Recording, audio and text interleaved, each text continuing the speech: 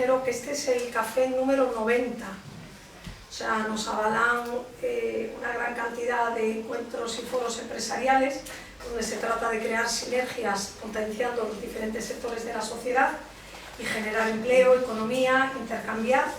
Siempre digo que la oportunidad no está sentado en el sillón de tu casa ni en el sillón de tu despacho, la oportunidad está en cualquier instante, de cualquier momento que tú te encuentres, bien en la calle, en un AVE, tomándote una Coca-Cola con alguien, en fin. La oportunidad está donde uno quiere buscarla. Y entonces, somos un despacho mediano, ya puede decirse, una marca que está consolidada, muchos años de esfuerzo que nos avalan, con un equipo de trabajadores que no los veis, pero que están ahí funcionando y siguen su ritmo, con un departamento civil y de familia, penal, laboral, procesal altamente cualificado, profesionales que ya llevan muchísimos años, y tenemos muy claro dónde estamos, dónde queremos llegar, nuestra posición. No es una cuestión de ser presuntuosa ni de prepotencia, que para nada soy esas dos cosas, pero sí es verdad una realidad que después de la trayectoria que nos avala y la cantidad de consejeros y de gente referente que aporta día a día a la sociedad, puedo decir que somos un despacho consolidado, que sabemos quiénes son nuestros potenciales clientes, que sabemos que no tenemos competencia porque das una patada y salen miles de abogados, pero nosotros tenemos 3 ingredientes gastronómicos que nos funcionan divinamente y que vamos a seguir en esa línea. Tenemos para esta nueva temporada 9 cafés con Rul, 2 de ellos en formato mesa redonda, siempre con temáticas muy enfocadas a la que arrancamos con la Consejería de Justicia, y nuestros premios de salud y de justicia, que son las 2 nuevas puestas en escena, 13ª y 14ª edición de Premios Valores de Excelencia. No me quiero extender más, simplemente daros unas breves pinceladas del gran protagonista de la mañana, agradeciéndole de antemano el esfuerzo y sobre todo poner en valor la gran capacidad de organización de un equipo de trabajo que va acompañando siempre al consejero, y que siempre digo, y no es por... O sea, los empresarios al final tenemos mente de empresa, no tenemos mentalidad política, pero o sea, si realmente de algo estoy muy orgullosa estos años es del trabajo intenso con la Junta de Andalucía, porque da gusto coordinarse, la rapidez de ejecución, no hay pegas nunca para nada, todo rápido, con interés, dinámico y con una educación exquisita, y eso es muy de agradecer, con lo cual me encanta las 2 palabras de que Andalucía avanza, porque yo lo tengo por lo menos clarísimo, y que soy una creyente fervorosa en la conjunción público-privada, sin la cual, si no existiese, creo que la mayoría de las cosas de la sociedad no funcionarían.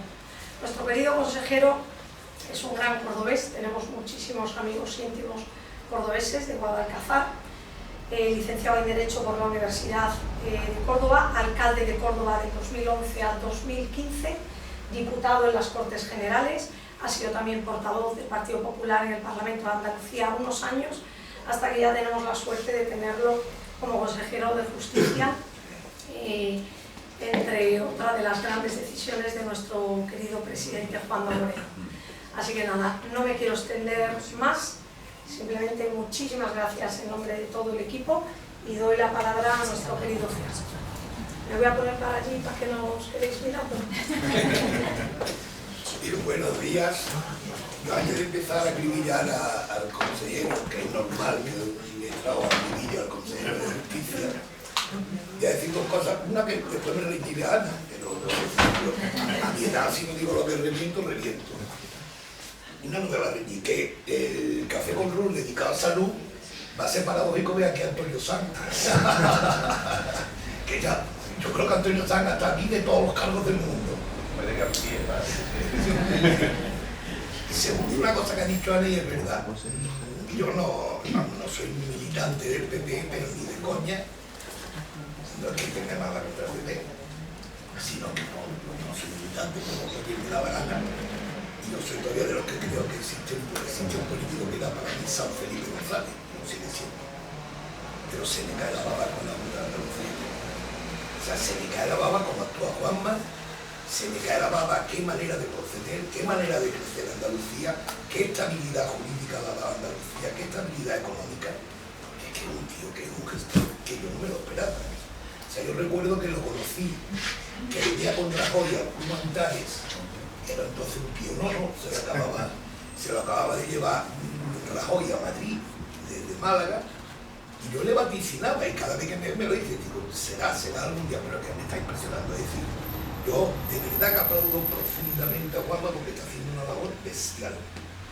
Dicho lo cual, es decir que el consejero, que ya como ha dicho Ana, es de un pueblo muy simpático, que su trayectoria política me aburre soberanamente, porque es que yo me he perdido ya diputado, portavoz, parlamentario, alcalde.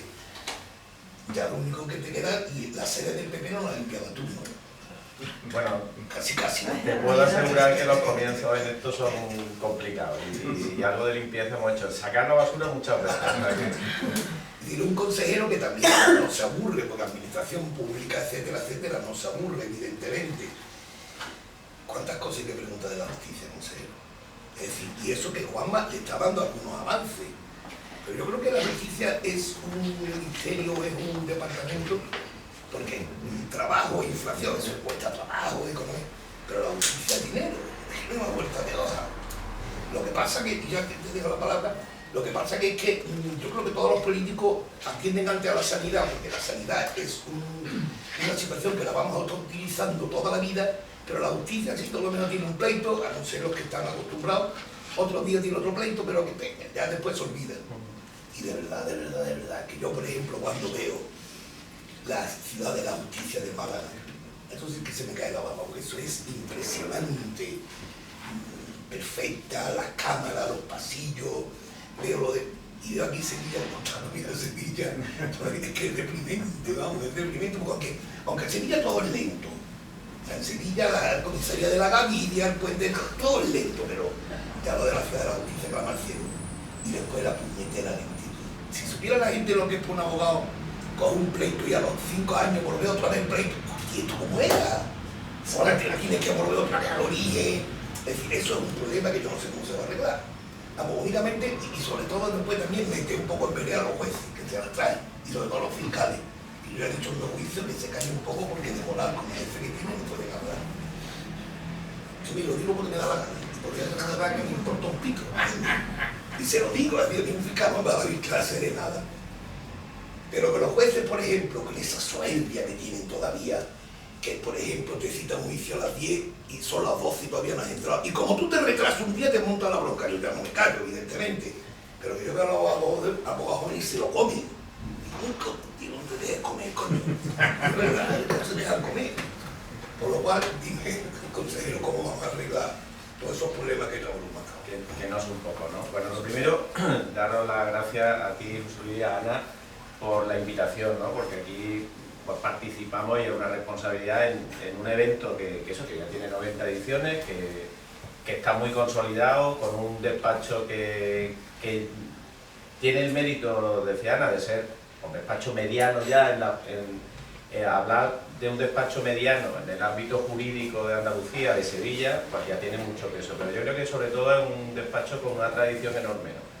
Que estamos en el sitio donde tu padre, tu abuelo, pues ya ejercían la abogacía y bueno, pues, habéis decidido volver a los orígenes, cosa que yo me parece que es una sabia decisión y que bueno, pues tiene que ver también con la filosofía de vuestro despacho, ¿no? Innovar, pero mantener unas raíces y mantener una identidad que ya está definida, ¿no? ¿Qué es lo que nosotros hemos querido trabajar? Algunas de las cosas que os voy a decir seguramente ya lo habrán dicho otros consejeros que hayan pasado por aquí, porque es la base sobre la que trabaja nuestro presidente Juanma Moreno y nos lo traslada a todos, ¿no? Estamos en la segunda legislatura del gobierno de Juanma Moreno, en la primera legislatura en la que hubo muchísimas complicaciones. Teníamos un gobierno en coalición con otra formación política, no teníamos mayoría en el Parlamento y estábamos condicionados por la búsqueda de apoyo para poder sacar adelante leyes, para poder sacar adelante presupuestos. En ese contexto el presidente decidió que lo que había que hacer en la primera legislatura era aplicar el torniquete. Teníamos pues una herida por la que nos estábamos desangrando y que nos estaba creando muchos problemas de reputación, muchos problemas de crecimiento, muchos problemas de consolidar un modelo de territorio, de comunidad autónoma. Bueno, para la primera legislatura se puso el torniquete y se puso bien y conseguimos parar esa pérdida de sangre. En la segunda legislatura, además de coser la herida y además de garantizar que la salud volvía y que íbamos, un poco anecdótico lo de la salud, viene al pelo, pero además de que conseguíamos ya ir recuperando al paciente, teníamos que preparar un futuro, ¿no? Y ahí ya nos tocaba hacer una cosa que va tremendamente unida a la identidad de mi partido político, del Partido Popular, y en la que yo he creído siempre, que son reformas. Nosotros nos tocaba, habíamos recibido un gobierno de 40 años de socialismo que nos habían dejado en una situación límite muchas parcelas, muchas áreas de gestión. Se consiguió paliar lo más grave, pero ahora había que hacer una reforma profunda para tener un modelo de vida, un modelo económico, un modelo industrial diferente en Andalucía. Y eso se ha hecho. Hoy Andalucía nos lo reconocen más fuera de Andalucía que dentro de Andalucía. Cualquiera de ustedes que se mueva fuera de Andalucía y hable con cualquiera, nos dicen, oye, es sorprendente lo que estáis haciendo en Andalucía. Aquí creo que lo estamos valorando menos. Pero el presidente habló con cada uno de los consejeros, nos dijo, oye, analiza la realidad que tiene,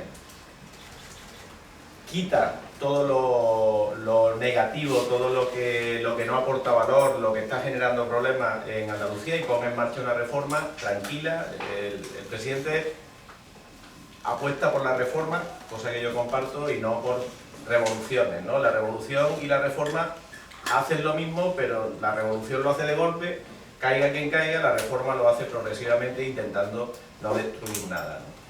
En este tiempo creo que eso se aprecia en prácticamente todas las áreas que tiene el gobierno, y luego si queréis entramos en alguna de ellas. Hasta en las más complicadas se han hecho reformas de mucho calado que han supuesto una mejora, en algunas a un ritmo óptimo, otras con más retraso del que nos gustaría. Yo os voy a hablar de las que dependen de mi consejería, ¿no? El equipo de la consejería, algunos de sus miembros están hoy por aquí, y yo le agradezco a Ana las palabras que tenía, porque efectivamente yo creo mucho en mi equipo, no creo, jamás he creído en los éxitos individuales, no hay alguien brillante, hay equipos que funcionan o equipos que no funcionan. El mérito más importante de cualquier responsable de un gobierno es elegir bien a su equipo, porque si no está absolutamente expuesto y es imposible que él solo pueda sacar adelante el trabajo que tiene. Nosotros tenemos tres áreas muy complejas. Justicia, que ya lo hemos dicho y que seguramente será la que más interese en este foro. Administración local, que es muy compleja porque teníamos que reconstruir la relación entre la Junta de Andalucía, los ayuntamientos y las diputaciones, que era una relación muy deteriorada por muchos años de prepotencia de la Junta de Andalucía, que trataba a las diputaciones y a los ayuntamientos con la punta del pie y siempre mirándolo por encima del hombro.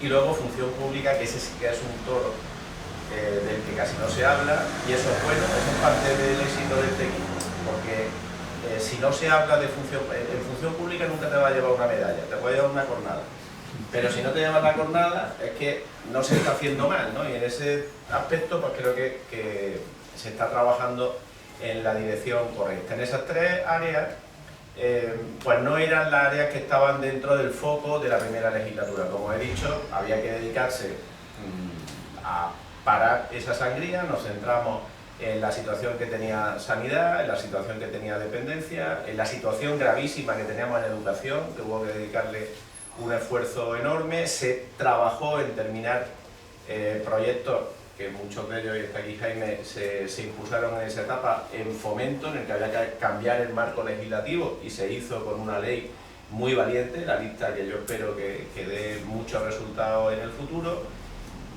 pero hubo áreas a las que no se le pudo dedicar el tiempo y el esfuerzo que requerían. Justicia, administración local y función pública fueron tres de las que no recibieron esa atención en la primera legislatura. Y en los últimos 10-15 años de gobierno del PSOE fueron absolutamente abandonadas, con lo que cuando llegamos este equipo en julio del año 22, cuando nos encontramos que hacía muchísimo tiempo que no se invertía en sedes judiciales. Eso hacía que, por ejemplo, Sevilla, el partido judicial más grande de Andalucía, el tercero más grande, ahora ya el cuarto más grande de España, pues estuviese con unas sedes muy antiguas, muy dispersas y en unas condiciones que claramente no responden a la justicia del siglo XXI.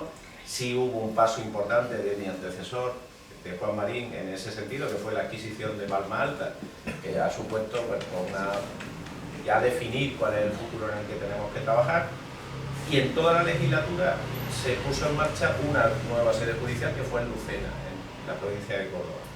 El resto, hubo un alquiler de urgencia en Barbate que se resolvió bien, y otro alquiler también de urgencia en Almuñécar que también se resolvió bien, pero quedaron muchos flecos que no se pudieron resolver. Nosotros, cuando llegamos a la consejería, nos dimos cuenta de ese abandono y de esa situación en la que estaba la justicia en Andalucía, y quisimos de manera inmediata poner en marcha un plan estratégico para que nadie que llegara después que nosotros a la consejería se encontrara el erial que nos encontramos cuando llegamos. No había prácticamente ni siquiera una línea que seguir, ¿no? Yo recuerdo el traspaso de poderes, que a mí me lo dio en una parte Juan Marín, en otra parte Elías Bendodo, pues fue la mano y poco más. No había papeles que heredar porque no había habido la posibilidad de hacer una gestión, ¿no? Nosotros vamos a dejarle un plan estratégico de la justicia que ya está prácticamente terminado, en el que le hemos dedicado 3 años y pico de trabajo intenso en colaboración con todos los operadores jurídicos para realizarlo, que tiene 5 ejes. El plan de infraestructuras judiciales, que era imprescindible para poder trabajar. Si no tiene el espacio físico, la justicia se resiente, no podemos trabajar en el aire o en condiciones inadecuadas. Una estrategia de recursos humanos que es imprescindible, porque la justicia tiene una peculiaridad. La transferencia de justicia no es del servicio público de justicia, sino de la prestación del servicio público. Las competencias legislativas son del gobierno, las competencias jurisdiccionales son del Consejo General del Poder Judicial, las competencias prestacionales son de la Junta. Eso es un lío en el que históricamente lo que ha servido es para que uno le echa la culpa a uno, el otro le echa la culpa al otro y nadie acaba por resolver el problema. Por eso era necesario tener un contexto, y eso es lo que hemos querido generar con el plan estratégico. El tercer eje es la estrategia digital. La justicia hoy, además de lo físico, necesita lo virtual, y es absolutamente imprescindible que eso se resuelva para entrar en la justicia del siglo XXI. El cuarto eje es el de la humanización de la justicia. Se nos olvida demasiado veces y con demasiada frecuencia que la justicia se hace por y para personas, y actuamos como si la hicieran máquinas y la recibieran entes a los que se ignora, ¿no? Porque muchas veces el justiciable es lo que estorba, ¿no? Y eso queremos que cambie. Queremos cosas tan sencillas como que una sentencia se entienda, que a una persona que, igual que entendemos que si viene un danés y tiene que ir a un juicio hay que poner un intérprete, pues si tenemos un chico autista hay que ponerle un facilitador, un intérprete, para que él pueda entender lo que dice el juez y el juez pueda entender de verdad lo que dice ese chico que es autista. Y el quinto eje es el de sostenibilidad, porque creo que en este momento en ningún ámbito de la vida, ni de la empresa, ni de ninguna otra cosa, se puede actuar desde la visión irresponsable de consumir papel como si no hubiera un mañana, de seguir consumiendo. Si ustedes van a cualquier sede judicial, que van con mucha frecuencia, se darán cuenta de algo que yo también percibí de inmediato. Yo estuve 15 años ejerciendo como abogado y era algo que recordaba. En la justicia, en la administración de justicia, se contrató a la persona que enciende la luz, pero no se contrató a la persona que apaga la luz. Entonces, cada vez que van a una sede judicial, me encontrarán siempre las luces encendidas, porque sí, da igual, en agosto a las 12 de la mañana, con una luz tremenda, están las luces encendidas. Como si no costara, ¿no? Como si eso no supusiera un coste de más de 10 millones de euros al año en energía. En papel nos gastamos, porque lo hemos rebajado considerablemente, 8.200.000 euros al año. Son gastos que cuando se consolidan, cuando se analizan, que son gastos perfectamente prescindibles, no aportan valor ninguno, no generan confort para ninguna de las personas que trabajan en un juzgado y sí suponen un sobrecoste altísimo.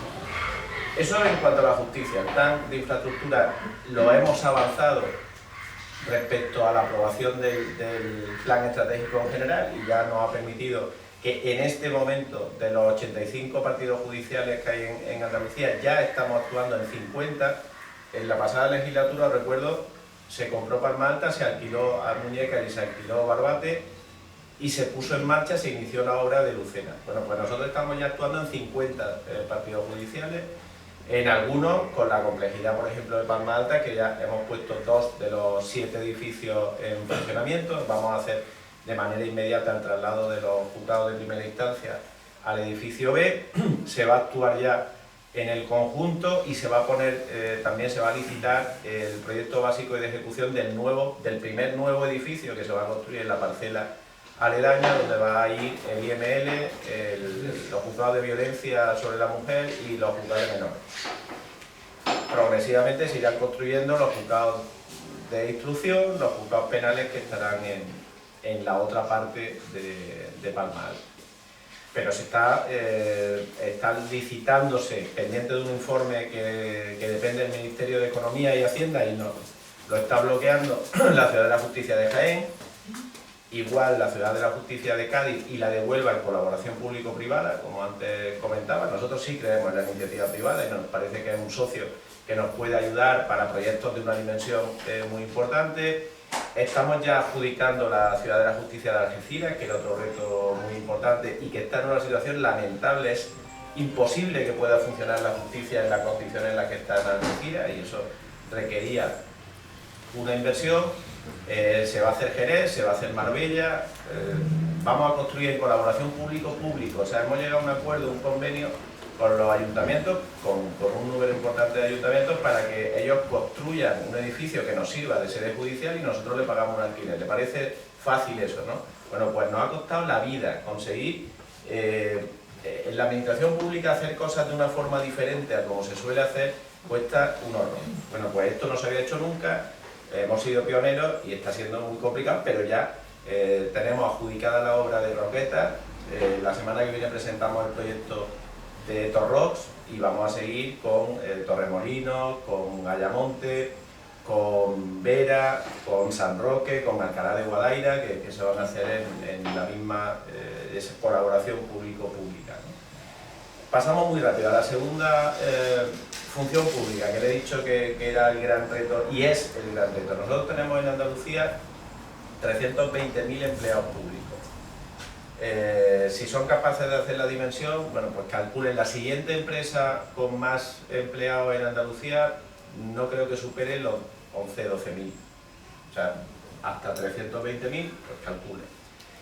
Hay 3 grandes bloques de empleo, que es salud, educación. Cada una de esas consejerías tiene competencia en la gestión de sus trabajadores, y la Administración General de la Junta de Andalucía y el sector público instrumental, que se gestiona en mi consejería. Bueno, pues hay un problema, no iba a decir había, pero lo sigue habiendo, un problema de transformación de la administración del siglo XIX, que sigue el modelo sobre el que estamos trabajando, una administración del siglo XIX, en la administración del siglo XIX con ordenadores.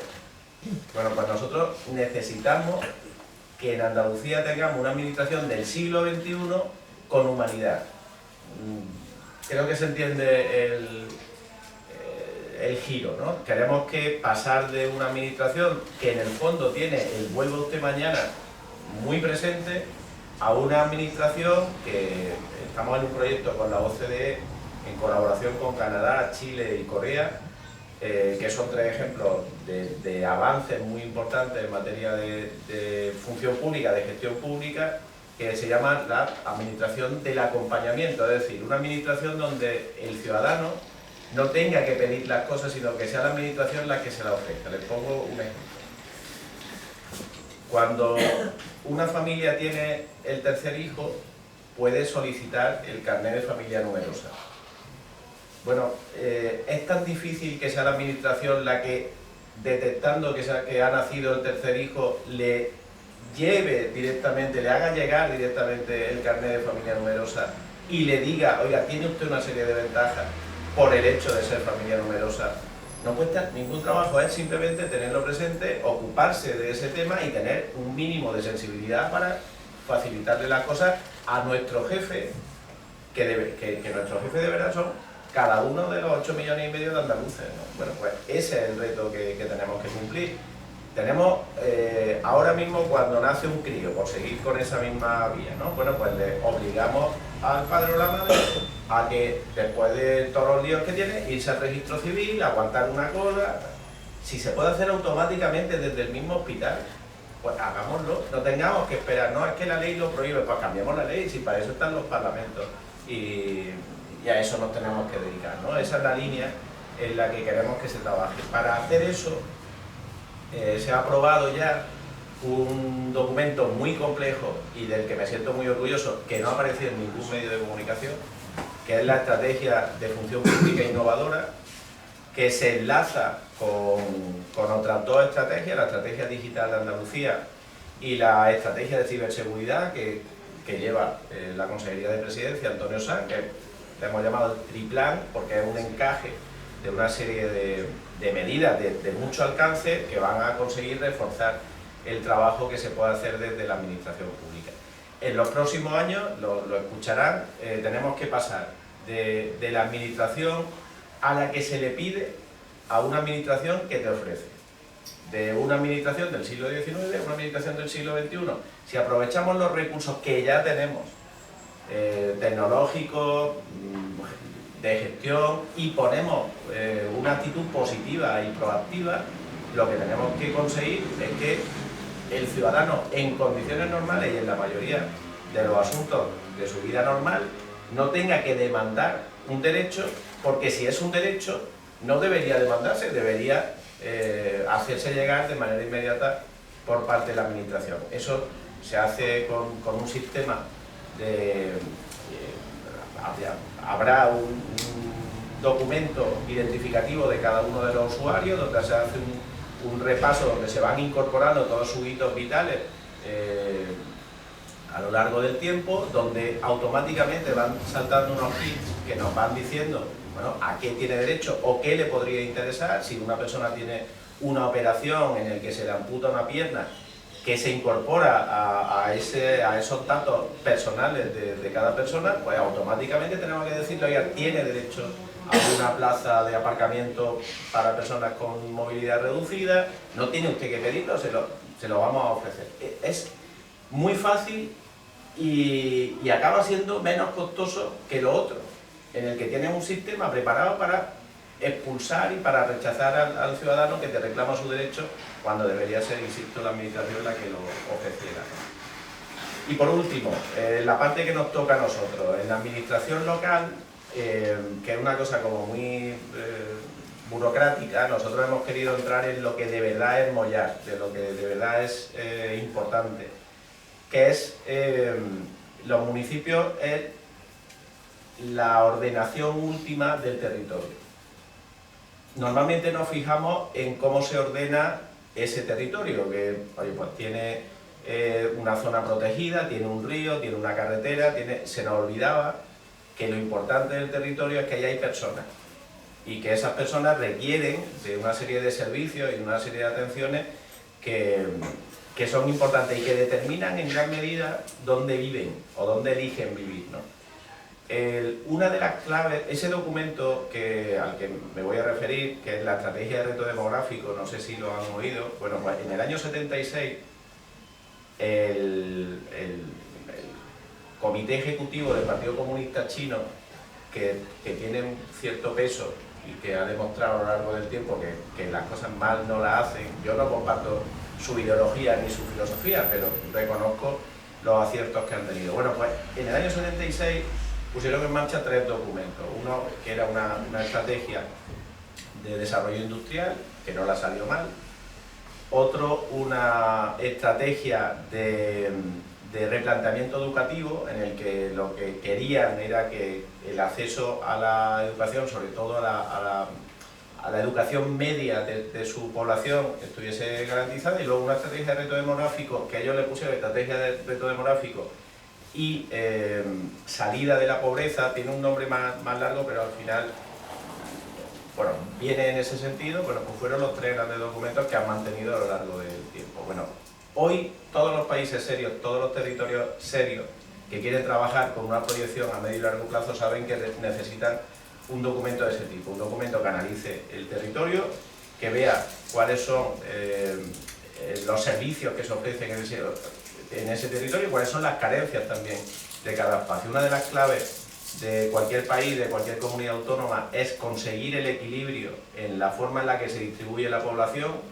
porque hablamos muchas veces de despoblación. Este documento lucha contra la despoblación, pero hay otro problema muy serio, que es la sobrepoblación rápida de determinadas zonas, que impiden y que crean problemas, impiden que se pueda disfrutar de unas condiciones de vida adecuadas, y generan un desajuste entre los derechos y los servicios y la llegada de personas. Por ejemplo, ahora mismo para todos es evidente el problema de la vivienda. ¿Por qué se produce el problema de la vivienda? Porque ha habido un incremento que no se ha sabido prever en una serie de poblaciones, y eso ha provocado una ruptura del mercado. Hay más demanda que oferta en vivienda, y eso provoca un incremento exagerado de los precios de la vivienda. Ese problema lo tenemos en este momento en 30 municipios de Andalucía, que es donde vive el 51% de la población. Tenemos 785 municipios, en 30 vive más de la mitad de la población andaluza.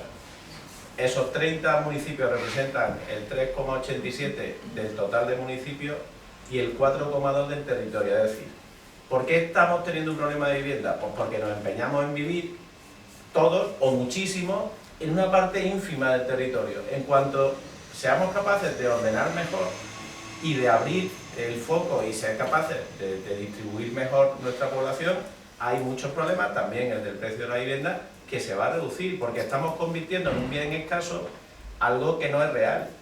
En Andalucía no hay un problema de suelo, ni mucho menos. Tenemos suelo que nos sobra para todas las generaciones futuras, pero nos hemos empeñado en vivir en zonas muy concretas donde hemos hecho escaso el suelo. Estas son las 3... ¿A qué nos hemos dedicado estos 3 años y pico? Fundamentalmente a resolver los problemas urgentes que nos hemos encontrado, que no eran pocos, y a planificar el futuro de las personas que tengan que trabajar en esta consejería y que resuelvan de verdad problemas de fondo a los andaluces. Plan estratégico de la justicia, con una visión muy ambiciosa. Creo que es el mejor plan estratégico que hay en ningún territorio de España en este momento, y así nos lo están reconociendo compañeros de otras comunidades autónomas. La estrategia de función pública innovadora, que también es absoluta vanguardia, y que cuando se ponga en marcha o conforme se vaya poniendo en marcha va a suponer una mejora en la calidad de vida y en los servicios que se prestan a los ciudadanos.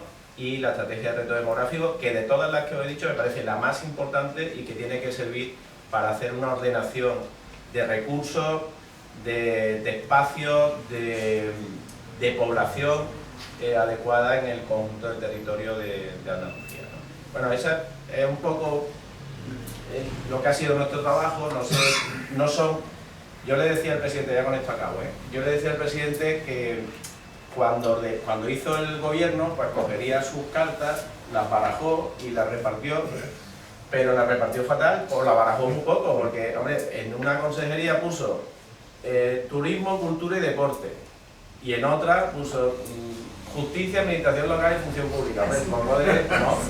Combínalo un poquito y dar todo lo divertido en un sitio y todo lo aburrido en otro, pues no va a estar, ¿no? Pero no salió así, y ahora pues tenemos que intentar que eso se gestione de la mejor forma posible. Creo que hay un grandísimo equipo de gobierno en Andalucía. De verdad que lo digo sin ánimo de ser corporativista, lo digo porque conozco cómo se gestiona. Lo he vivido en un ayuntamiento como el de Córdoba, que es una gran capital. Lo he vivido como secretario de Estado en el Ministerio del Interior, y he visto cómo funciona un gobierno a nivel nacional, y os puedo decir que este gobierno que tenemos en Andalucía es un gobierno de primerísimo nivel, que si le damos el tiempo, ojalá hubiéramos tenido los recursos, ojalá hubiéramos tenido esos 1.500 millones al año que nos quita el gobierno de España porque no nos da una financiación justa y que nos hubiera permitido para tener más hospitales, más colegios, más apoyo a la dependencia, más posibilidades de invertir en justicia. Pero bueno, creo que esa es la línea y yo a partir de ahora pues a la pregunta que me queráis hacer. Muy bien. Creo que la exposición es genial. Demuestra que tiene sentido común. Es muy clara, de verdad que sí, lo demuestra. Está claro que porque lo que te he dicho antes, es decir, que tú puedas defender otro tipo de gobierno, está claro, pero que yo lo defiendo igual más que tú. Y soy afiliado a mi nieta y lo defiendo a muerte. ¿Preguntas? La primera. Buenos días, muchísimas gracias. Soy Ruth Rubio Marín y soy catedrática de Derecho Constitucional aquí en la Universidad de Sevilla. Y la verdad es que me ha encantado tu exposición, no solo porque ha sido una visión clarísima de cuáles son los objetivos y también realista de cuál es el diagnóstico, ¿no? Me ha gustado especialmente, y la verdad no me lo esperaba, es que tenemos prejuicios ideológicos, el énfasis en la humanización, y me intriga el reto de humanizar y digitalizar. Yo veo el potencial, pero creo que estamos de acuerdo en que hay también tensiones ahí. Y eso se aplica tanto al ámbito de justicia como al de la función pública, donde evidentemente la toma de decisiones automáticas pues puede acelerar muchísimo y facilitar muchísimo todo, pero sí hay una cierta tensión con el deseo de que nos sintamos no ya consumidores, que eso es lo que me gusta a mí, que no es sino ciudadanos, que en nuestras interacciones con la justicia o con la administración pública pues nos sentimos dignificados en tanto que ciudadanos. Hay toda una teoría acerca de esa interacción y del mensaje simbólico que recibimos con un trato con otro. ¿Cómo estáis pensando esa tensión y en concreto en la digitalización de la justicia y en la valoración de incorporación de inteligencia artificial? ¿Con quién? ¿Te has referido bien a los países con los que estáis tomando referencias en otras áreas? ¿Con quién estáis trabajando en estas cuestiones? Muchas gracias, Ruth. Y muchas gracias, fíjate, me hablas desde, o hago una pequeña confesión o transgresión. Yo iba a estudiar arquitectura, por una serie de circunstancias al final no lo hice, tenía que elegir, se me iba el tiempo, cogí derecho un poco por, bueno, venga, pues vamos a hacer el Tiene tiempo. mucha salida. Yo tenía una vocación política ya en aquel momento. Yo empecé a militar en el CDS, tenía una vista siempre estupenda, y a mí me enganchó mucho el derecho constitucional. De hecho, estuve trabajando en el Departamento de Derecho Constitucional, pero y me gustaba, seguramente hubiera dedicado o me hubiera centrado en ese aspecto y a lo mejor pues estaríamos hablando casi entre colegas, pero me encontré allá a Carmen Calvo y era una cosa pues a la quiero mucho y tengo buena relación con ella, pero era insufrible, o sea, no podía. Total, que pasé a Derecho Administrativo y ahí estuve también hasta cuarto, en el que me ofrecieron ser candidato y en la candidatura del Partido Popular ya en mi pueblo, en Guadalcázar, y el catedrático, que López Menudo, que luego estuvo en Sevilla, pues me dijo, oye mira, o política o departamento. Y me perdí la carrera universitaria. Pero bueno, en lo que dice es interesantísima la pregunta. De hecho, te voy a profundizar. Mira, cuando estamos haciendo ese trabajo, que es un trabajo muy complejo, si quieres hacerlo bien, claro, si quieres una foto, como se ha buscado en otros casos, es muy fácil. Pero si quieres de verdad hacer un documento estratégico, con una proyección seria a varios años, tienes que tienes que ver cuáles son los puntos de bloqueo. Tienes que redactar, he dicho antes que había 5 ejes en justicia, ocurre igual en el de función pública, pero es más complejo de explicar, ¿no? Nosotros tenemos uno que es la estrategia de recursos humanos, y otro que es de digitalización, y otro que es el de humanización. Simplemente sentar en la misma mesa a los técnicos de digitalización con los de humanización, ya te das cuenta que es complicado esto, que va a ser un lío. Pero a nosotros nos ha ayudado mucho la colaboración que hemos tenido con la OCDE, que participamos en un programa, y el trabajo que nos han hecho o que nos han aportado, el expertise que nos ha aportado el equipo de Corea, que son complicadísimos, pues no saben nunca si se están riendo, si están en serio, si están... son muy complicados pero es gente muy seria, muy responsable y con un conocimiento muy profundo del trabajo que hacen. Donde más avanzado, sin duda, está ese modelo de administración pública, de acompañamiento, esa administración pública de verdad del siglo XXI en Corea. ¿Qué es lo que...? Ellos tienen una gran base de datos, un centro nacional en el que integran toda la información de cada persona. Eso en España tendría colisiones con el derecho a la protección de datos. Allí lo tienen claro, si es bueno para ti no debería ponerse en cuestión. O sea, que si yo protejo tus datos y eso es malo, es que lo estoy protegiendo mal. O sea, tengo que buscar un sistema en el que tus datos me permitan atenderte y que evidentemente no se puedan compartir con cualquiera, pero la administración pública, si no, no te puede prestar ese servicio, ¿no? Bueno, su modelo está apoyado en lo siguiente, es esta administración pública humana, de acompañar al ciudadano y de ayudarle, sería imposible sin el aporte, sin el soporte digital. Por tanto, la digitalización es imprescindible.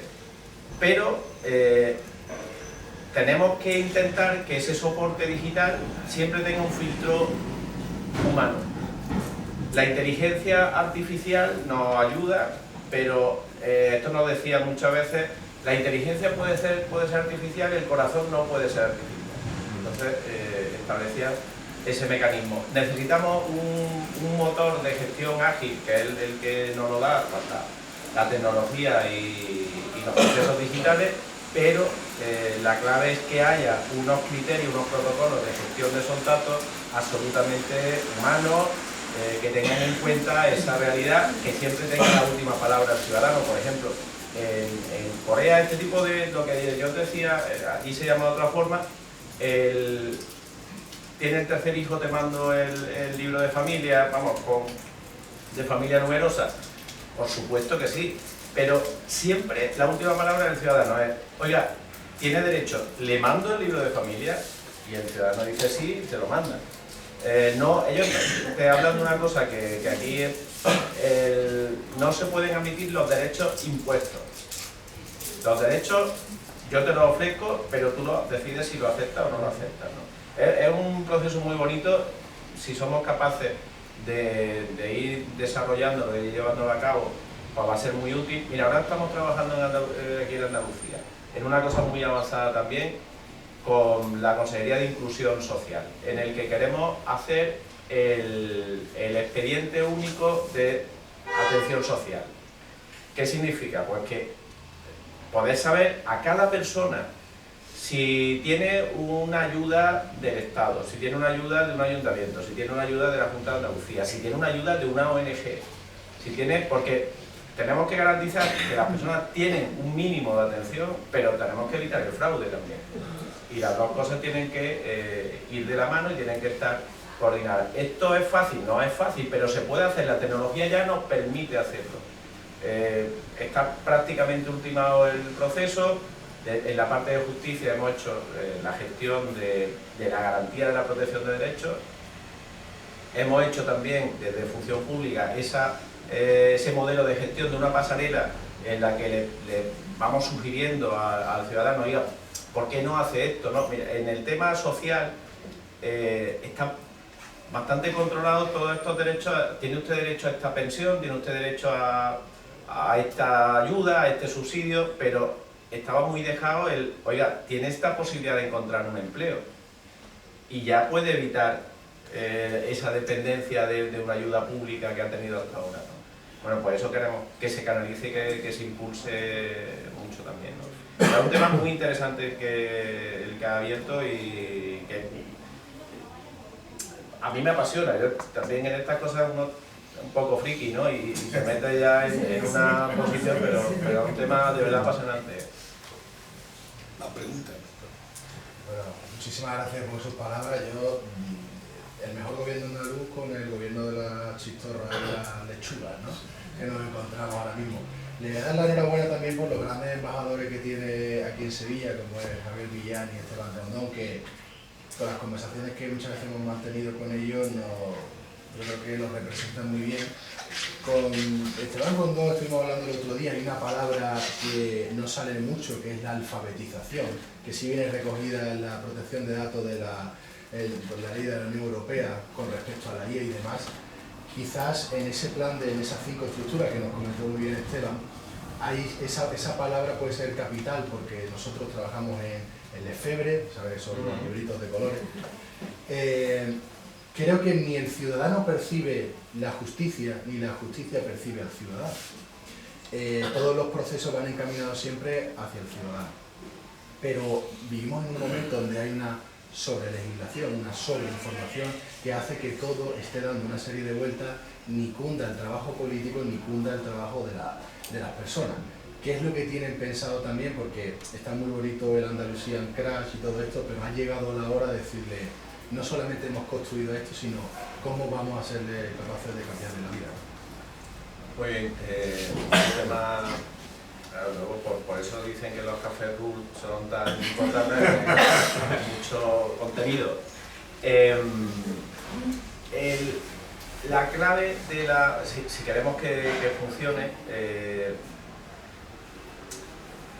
hay una necesidad, hay una conjunción del momento que nos toca vivir a todos, el político, el económico, el formativo, todo, ¿no? Que es un momento en el que imaginaros en 1492 cuando vuelve Colón y dice hemos encontrado un nuevo mundo, ¿no? Y aquello fue un shock tremendo, abrió oportunidades de negocio, pero abrió debates éticos, jurídicos, bueno, ¿cómo gestionamos esto? Bueno, pues nosotros estamos dándonos cuenta ahora de que poco a poco se ha descubierto un nuevo mundo, que es un mundo virtual, que es tan importante como el mundo físico. Y que el mundo físico nos creemos que lo conocemos, igual no lo conocemos tanto como creemos, pero el mundo virtual hay unos desajustes muy importantes entre los que lo construyen, entre los que lo conocen y entre los que lo desconocen. Y hay otra parte que son los excluidos de ese mundo virtual, que si no los vamos admitiendo, pues se convierten en ciudadanos de segunda. Existe una brecha ya de la vida, efectivamente, una brecha de que es lo que está alejando a la efectivamente, y esa brecha es una brecha muy importante. ¿Qué estamos haciendo nosotros aquí en Andalucía, ¿no? Bueno, pues nos hemos dado cuenta de que esa brecha era todavía mayor en el mundo rural. Era todavía mayor en el mundo rural entre las mujeres. Y era todavía mayor en el mundo rural entre las mujeres mayores. Bueno, pues hemos puesto en marcha un plan que se está ejecutando ya. El otro día, el martes, estuvimos en Alcolea del Río, el martes, ¿no? Sí. Estuvimos en Alcolea del Río con una parte de un proyecto al que le hemos dedicado nosotros desde la Junta de Andalucía 9.500.000 euros, más una aportación de cada una de las diputaciones provinciales para que se ponga en marcha un proyecto formativo, divulgativo, de alfabetización digital en nociones básicas, pero sobre todo para conseguir, el otro día por ejemplo era con niños del colegio, jóvenes de 12, 13, 14 años, que tenían que conocer la robótica y los drones. ¿Por qué? Porque el futuro de la agricultura está absolutamente vinculado a esas dos herramientas, al conocimiento de la robótica y del desarrollo robótico de la nueva tecnología agraria que va a llegar, que van a ser los tractores de nueva generación, que ya no va a ser mecánico, va a ser muy digital, y los drones que van a ser nuestros ojos realmente en multitud de servicios, ¿no? queremos que esos chavales vean que tienen futuro en su pueblo, no tienen que irse a otro sitio, no tienen que mudarse de sitio, tal.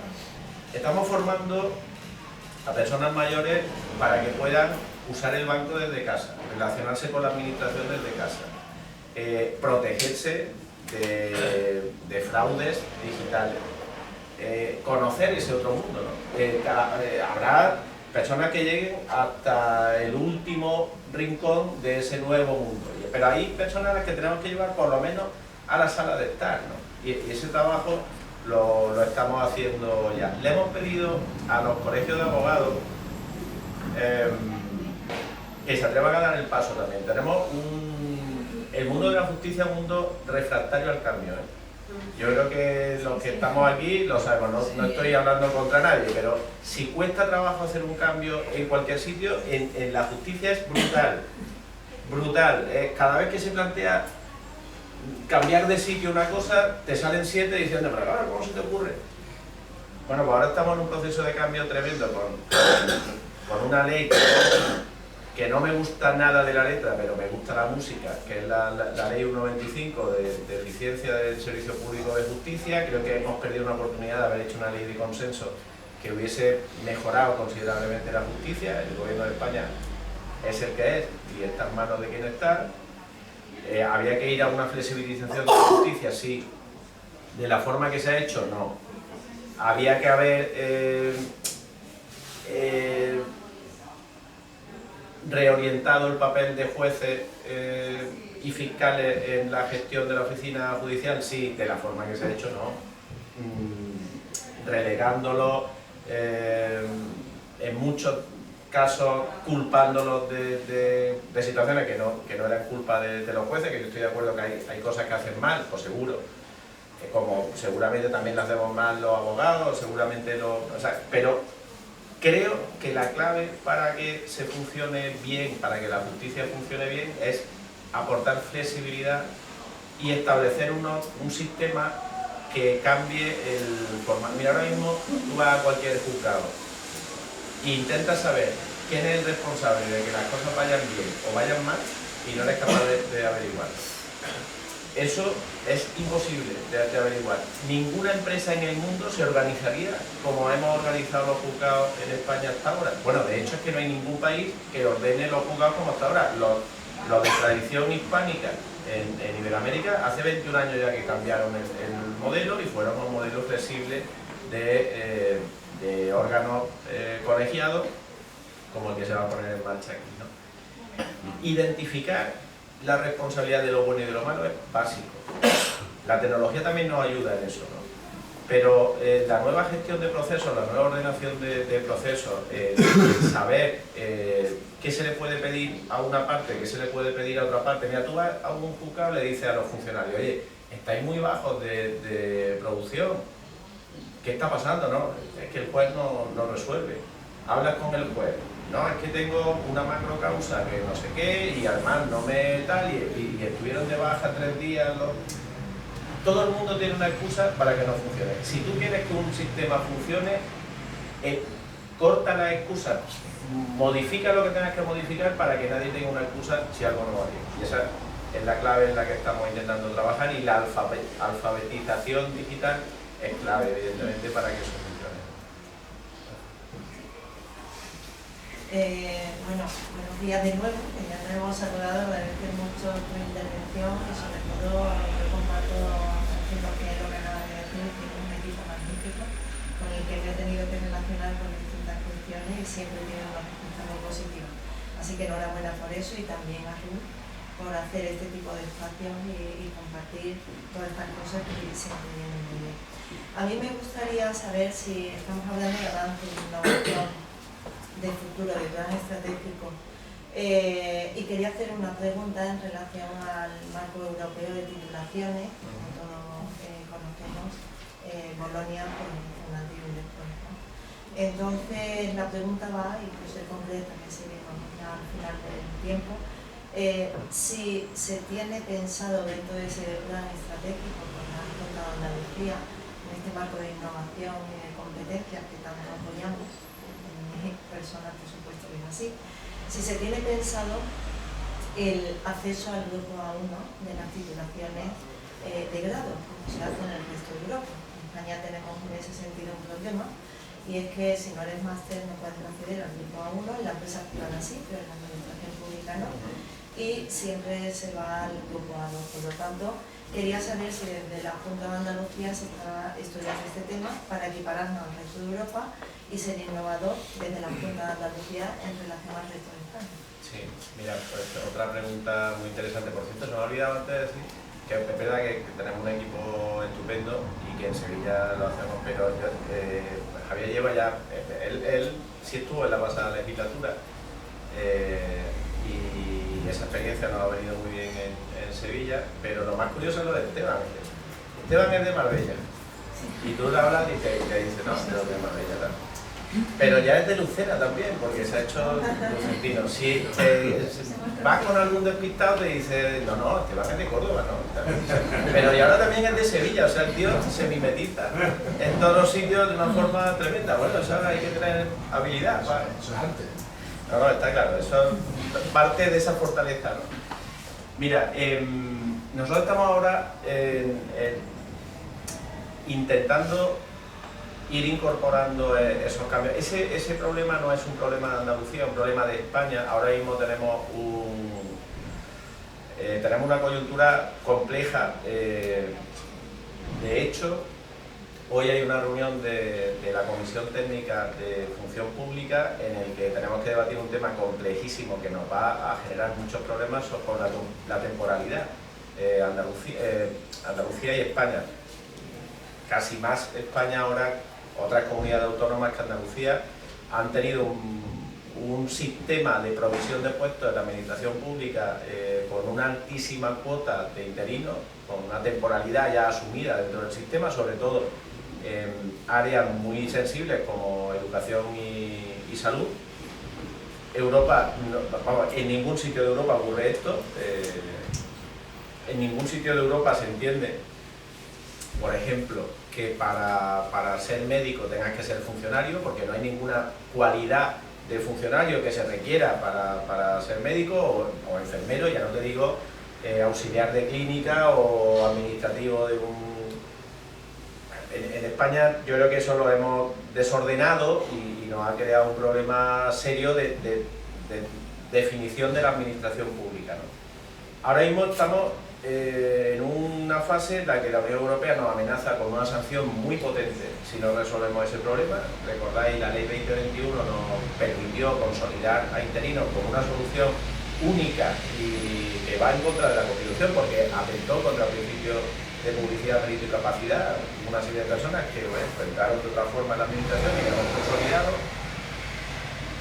Ese problema sigue ahí y no lo hemos conseguido resolver y estamos volviendo a incrementar de una forma muy importante la temporalidad y ya hemos recibido un aviso serio de la Unión Europea diciendo, oiga, no están cumpliendo, le vamos a sancionar y le vamos a hacer una sanción muy fuerte. Los jueces también nos han avisado, oiga, si no cambian y no se respetan los plazos máximos de interinidad, le vamos a obligar a que indemnice porque no se puede consolidar otra vez a ese interino, ¿no? Entonces tiene que compensarlo con compensaciones muy potentes. Ese debate nos está tapando el otro debate que es el de homologación de cualificación para ocupación del puesto, ¿no? Que es el que plantea y que yo creo que va en la línea lógica. Nosotros no hemos interpretado bien muchas cosas de España, no lo hemos traducido bien al español o a la administración española. Hay un tema en el que nos está haciendo especial daño, que hemos trabajado en darle una solución. Os voy a decir algunas cosas que en público no diría, pero que os lo digo aquí. Tenemos un problema muy serio con la falta de médicos, yo creo que es sabido por todos, ¿no? Pero eso no es tan así, ¿no? No tenemos un problema de falta de médicos, lo que tenemos un problema gordísimo es de falta de médicos de familia, porque en el resto de áreas o de especialidades sí tenemos un número razonable de médicos. ¿Cuál es el problema? El problema es que cuando tú, para poder acceder a la carrera de medicina, tienes que estar por encima del 13. Quiere decir que todos los cocos de España los está seleccionando y los está incorporando a una carrera en concreto que tenía un componente vocacional altísimo y que se está perdiendo porque ahora lo que tiene es un componente competitivo altísimo. A esos cocos los empieza a meter en una competición progresiva de 6 años de carrera en el que compite y luego compiten otra vez en el 1000. Y cuando hacen el 1000, después de estar durante la mayor parte de su vida, chavales con 23, 24 años, le dicen, no, oye, que va a ser médico de familia, le dice ese hombre. Que me voy a ir yo a Guadalcanzar a hacer médico de familia cuando yo he sido la leche de mi colegio, de mi instituto, de la facultad. Entonces planteábamos, oye, vamos a intentar hacer un grado de médico hospitalario con especialidad y otro grado de médico de familia. El grado de médico de familia te va a captar las vocaciones y seguramente un chico con un expediente normal de un 8, un 9, con cualificación de sobra, lo que había antes, que además habrá muchos chicos que son de un pueblo y que entienden la vida del pueblo y que les encanta la vida del pueblo y ser médico de su pueblo, pues te van a entrar por ahí y los otros van a tener el... Bueno, pues no se puede, porque hemos traducido mal a España Bolonia y entendemos que si la carrera tiene un bloque que es común, no podemos diferenciarlo en 2 grados diferentes. Y el problema no es que en tercero diferencies, porque sigue estando el problema del corte de entrada. Entonces, tenemos que romper el problema del corte de entrada y eso es algo que es imprescindible. ¿Cómo vamos a unir? Mira, os cuento otra cosa que también estamos trabajando en ella y que es complicadísima, pero que yo creo que tiene que ir en la dirección que estamos hablando. Hay una gran parte de la actividad que se desarrolla en materia de justicia no se aprende en la universidad, no se aprende en la facultad, porque obligatoriamente es genérico.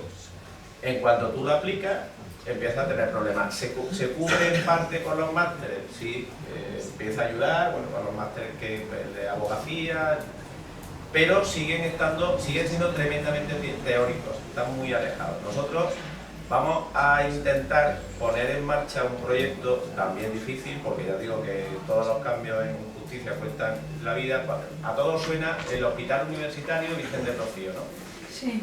Y lo hemos asimilado como una parte del final de la formación, es in situ. Bueno, pues nosotros estamos trabajando en una experiencia piloto que espero que se pueda poner en marcha, que es Ciudad de la Justicia Universitaria, que nos permita incorporar a chicos que hagan el final de su formación haciendo una actividad muy cercana al funcionario, si esa es la línea que les gusta, o al fiscal, o al letrado, o al juez, y que pueda ir en una dirección mucho más aséptica y mucho más respetuosa con la carrera que la que está planteando el Ministerio, en la que había oído los distintos sistemas de acceso a la judicatura, el cambio de modelo, las becas creo que tiene más sentido que se pueda hacer por una vía de este tipo, pero hay que tener ganas de complicarse la vida, porque os puedo asegurar que no es fácil incorporar sistemas de cambio de ese tipo. La última ya, ¿no? Sí. Bueno, pues primero enhorabuena a RUC por este desayuno. Soy Guadalupe Segura, pertenezco a la Dirección Territorial del EFEM, llevo 20 años en la compañía. Día a día con este sector jurídico en todos los ámbitos de la administración pública y a pie de ellos. Así que enhorabuena por el pensamiento que tienes y por estos cambios. A Ana, estoy con ella, que Andalucía está avanzando. Y todo esto nos sentimos, Álvaro Carbone y Guadalupe Segura, que estamos evangelizando a este sector jurídico que vive con lo tradicional jurídico y con la IA que acaba de llegar. Es tu estrategia, Claro. Tu estrategia es la innovación, ¿no? Que está llevando bien, gracias a Esteban, que también nos traía la charla que tuvimos. Quiero que por favor deje un título y nos ayude a que el sector jurídico piense que tiene que estar en la IA. Es una pregunta, eso quiero que no diga, Y la segunda es, ¿cómo te gustaría que te recordaran con todos estos cambios que estás en el siglo XIX, en el XXI, cuando terminaras, que espero que sea dentro de muchos años, tu paso por este mundo? No, desearme cosas buenas, hombre, que me que tiene que estar nosotros mucho tiempo, pero ¿cómo te gustaría que te recordaran en esta revolución como la IA vas a hacer y estás haciendo? Mira, nosotros, bueno, muchas gracias, de verdad, Guadalupe, por tu pregunta y por tus deseos, que lo voy a interpretar en la parte positiva, pero mira, estamos en una... Nos ha tocado ese momento vital, o sea, no lo hemos elegido, el que quiera estar en la gestión pública o al frente de una empresa o en este momento sabe que es un momento de transformación en el que además, si no consigue que esa transformación se haga en el tiempo adecuado, va a causar un mal enorme a la empresa en la que esté, o a la administración en la que esté, o a los ciudadanos a los que gestione. Entonces, esto no es una elección, es una obligación que tenemos que ser capaces de asumir y de llevar a cabo con la mayor eficacia y con el mayor sentido común, ¿no? ¿Qué es lo que nosotros hemos tratado de hacer? Antes lo apuntábamos, lo decíamos, hemos intentado que ese avance tecnológico no sea a costa de unas cualidades humanas que sí creemos que tienen que estar en todo lo que nos afecta a nosotros, ¿no? En mi consejería por lo menos, ¿no? En la parte de justicia, creo que durante mucho tiempo se ha olvidado ese factor humano que es muy importante y que debe ser principal. Y, por ejemplo, nos hemos acostumbrado a que una sentencia no lo entienda nadie. Y la IA nos ayuda a que eso se corrija, porque sí, bueno, tenemos ya en marcha uno de los proyectos, es un sistema de traducción a un lenguaje común del contenido de una sentencia, ¿no? Bueno, pues en esa línea creo que se puede trabajar perfectamente. Estamos trabajando en otro proyecto que es más complejo, en el que lo que estamos tratando es de generarle avatares a los jueces para que tengan un apoyo, un soporte, en el que puedan incorporar todo su acervo, desde artículos de opinión a sentencias, a autos, tal, que su avatar asimile sus conceptos, incluso su lenguaje, para que le ayude en la propuesta de iniciativas, ¿no? Estamos tratando de que el resto del sector, bueno, por ejemplo, mira, uno de los temas los que nos estamos apoyando es que también a través sobre todo del sistema de gestión procesal, @Adriano, con apoyo de inteligencia artificial, nos genere los KPI fundamentales de productividad de cada funcionario, de cada órgano, de cada partido judicial y del conjunto del sistema en Andalucía. Porque tenemos que ir a un modelo objetivo, pero midiendo el rendimiento humano, que al final nos ayude. Todo esto es muy complejo, vosotros sabéis que es muy complejo y que no se puede hacer de golpe. Por ejemplo, con los sindicatos que estamos negociando, Peter Drucker decía que lo que no se mide no mejora. Bueno, pues en la justicia, en la administración local y en función pública no se mide nada. La consecuencia es evidente, no mejora. Nosotros queremos medir y queremos compararnos, queremos ver si nuestra... sabéis que ya hay varias firmas que están trabajando en establecer unos indicadores objetivos que permitan comparar los sistemas de cada comunidad autónoma. Vosotros tenéis mucho que ver en ese tema, ¿no? Bueno, pues esos indicadores nosotros queremos sumarnos a ese proceso y queremos ver si con las medidas que ponemos en marcha, con los recursos que ponemos en marcha, eso se avanza. Ahora estamos en una negociación con los sindicatos. Ellos quieren que le mejoremos el complemento específico, que es una parte del salario que mejora el complemento específico, se mejora para todo el mundo y pase lo que pase, es decir, si lo haces bien, te he subido, y si lo haces mal, te he subido. Nosotros estamos diciendo, no, yo no voy a tocar el complemento específico, puedo negociar contigo, mejorarte la productividad. Si tú mejoras la productividad, cobrarás más, pero si tu vecino de la mesa de al lado no mejora su productividad, pues no va a cobrar más. y por lo menos establecer ahí un sistema de premio, de motivación al buen funcionario que haga salir del bucle en el que estamos ahora mismo. Si una persona normal, con sentido común, está en una mesa que hay 4 personas y 3 de ellas o 2 de ellas llegan 1 hora tarde y no pasa nada, se van 1 hora y media a desayunar y no pasa nada, se van 1 hora antes de que termine la jornada y no pasa nada y cobran igual que tú, pues lo normal es que al final tú llegues 1 hora tarde, estés 1 hora y media tomando café y te vayas 1 hora antes, porque si no eres tonto. Entonces, lo que queremos es que al menos ese buen funcionario o esos buenos funcionarios, que son mayoría, también os digo que son mayoría los buenos funcionarios, tengan una motivación extra y le puedan decir al otro, mira, tú haz lo que quieras, pero yo cobro más que tú, ¿no? Ese es el camino en el que estamos trabajando y ahí evidentemente la inteligencia artificial es un aliado imprescindible. La última pregunta, ¿cómo te gustaría que te muchos años, te recordaran con toda esta revolución? Fíjate, que está llevando?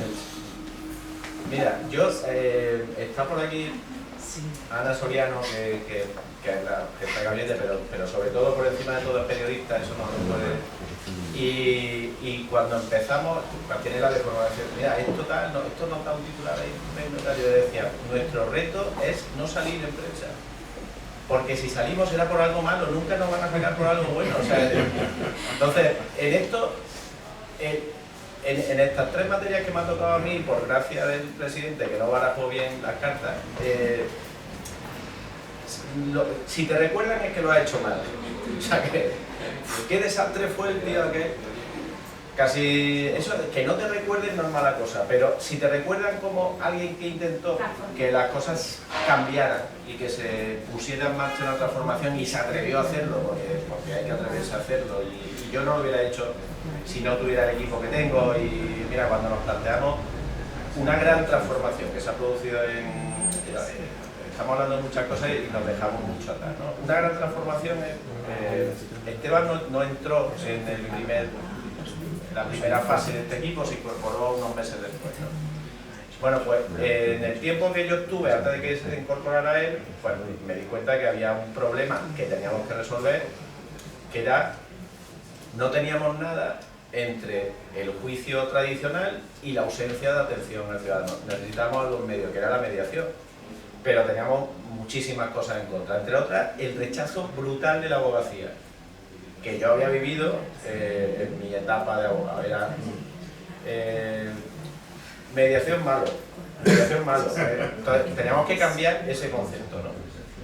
Teníamos otra parte interna de los funcionarios, de los jueces, tal, que era, mira, esto no va a funcionar, no va a servir para nada, no tiene sentido, es inútil. No le hicimos caso, nos pusimos a trabajar en ese tema. Hoy Andalucía tiene el mejor sistema integral de mediación que hay en España. No hay ninguna comunidad autónoma que tenga un sistema. Tenemos la orden de base y módulos de justicia gratuita, un módulo el más alto para quien cierre el asunto de mediación. Tenemos la mediación penal intrajudicial ya en marcha, pero no resultados muy buenos. Ahora digo alguno que es particularmente interesante, ¿no? Y tenemos el acuerdo con los abogados para ser parte de este sistema, porque en España, al contrario que en otros países, si los abogados no entienden el modelo no va a funcionar, porque un ciudadano cuando tiene un problema, lo primero que hace es buscar un despacho abogado que habla con un abogado y le dice, mira, tengo este problema, ¿qué hago? Si el abogado no le dice, oye, a lo mejor esto se puede resolver por la mediación, para la mediación no funciona. Bueno, eso ya se está consiguiendo. Nos decían, bueno, pero vale, lo vas a convencer, te va a gastar un dinero y no va a servir para nada. Mira, nosotros hicimos un análisis que hay una cosa que sí funciona, que son los acuerdos en la puerta del juzgado. Cuando vas a celebrar el juicio, hablas con el fiscal o hablas con el otro abogado y lo cierras. Bueno, no suena eso. Imaginaros que cualquiera de vosotros va al médico y que el sistema fuera, vale, tú entras al médico, pides cita, te llaman y entonces a ti te están esperando en un quirófano y tienes allí al cirujano con la mascarilla, al anestesista, a todo el mundo preparado y ahora dicen, ah no, pero si usted lo que necesita es una aspirina. Vale, ¿quién paga ese quirófano lleno de profesionales que cuesta un dineral? para que tengáis una referencia, un juicio medio normal de los que llevamos hasta apelación, sin apelación, el coste está en torno a 7.500 euros. Un procedimiento normal de una reclamación que a lo mejor son 50 euros, que lo tenemos mucho en los juzgados de lo social. 7.500 euros. En la resolución por la vía de la mediación, a nosotros, si seguimos con el mismo número de resoluciones que hemos cerrado hasta ahora y con el mismo número de personal, esos 7.500 euros se convierten en 400 o 500 euros. Este año hemos resuelto 2.500 asuntos de esa forma. Solo desde el punto de vista económico, calcular, pero ahora sumarle. Hemos descargado juzgados, hemos conseguido que asuntos que se retrasarían, bueno, la media de resolución de estos asuntos está en 1 año y medio, lo hemos resuelto en 1 mes. Y lo hemos resuelto de mutuo acuerdo entre las partes, no a través de una sentencia que podría ser mala para las dos partes y que mantendría el problema. Imaginaros los problemas típicos entre vecinos. Te ponen 17 sentencias y sigues teniendo un problema si alguien no te resuelve de verdad el fondo del conflicto, ¿no? Bueno, pues esa realidad se está superando haciendo cambios, que han sido difíciles, pero que ahora se van a aplicar. Os pongo el último símil con la medicina o con la salud, ¿no? ¿Cuántas veces hemos comentado el derecho? Bueno, todos los días, ¿no? Oye, ¿dónde te ha tocado este asunto? Pues me ha tocado en el 3. Bueno, el 3 está jodido. Si te hubiera tocado el 5, lo podría haber. Imaginaros que eso pasara a cualquiera que lo tiene que operar, ¿no? Y te dice, oye, ¿qué quirófano te ha tocado? Pues me ha tocado el 5. Macho, pues te mueres, porque el 5 es un desastre y ahí, vamos, además, si te hubiera tocado el 3, te operarían dentro de 2 semanas, pero en el 5 te operan dentro de 1 año. Eso es lo que hemos hecho en la justicia. Y nos parecía normal.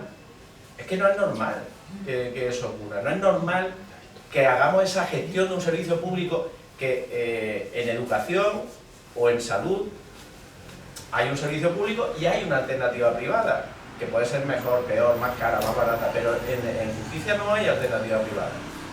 O esta o esta. Y si no funciona, hemos condenado a todo el mundo a un mal funcionamiento, a una mala resolución de sus conflictos, a un retraso permanente en esa resolución que para ellos es fundamental. Fijaros, las empresas que su futuro depende de cómo se resuelva un asunto y tienen que estar 2 años pendientes de qué pasa, ¿no? Y desangrándose a lo mejor en bolsa o desangrándose con su banco porque tienen una incertidumbre ahí latente durante mucho tiempo, ¿no? Esa es la parte que yo creo que tenemos que intentar que no ocurra, ¿no? Y que por lo menos en Andalucía la podamos superar. Porque si os digo, mira, mucha gente, lo comentábamos hoy antes, la justicia es como de segunda, ¿no? Un tema de segunda. Esto, vale, para los derechos fundamentales, bueno, un país, una comunidad autónoma que quiera ser líder, que quiera avanzar, que quiera funcionar, si no funciona el servicio de justicia, no lo consigue. Hemos tenido un montón de problemas con empresas multinacionales que quieren venirse a España y una de las cosas que nos pregunta es ¿cuánto tardan en resolver un problema con un trabajador? ¿Cuánto tardan en resolver un problema con un cliente? ¿Cuánto tardan en resolver un problema con una deuda? Y o somos competitivos ahí, o no podremos competir en las grandes ligas, nos quedaremos en segunda. Y eso es lo que no queremos que ocurra. Por eso hace falta una justicia de primera, ágil, rápida, que dé soporte a todo el proyecto que queremos para Andalucía. Bueno,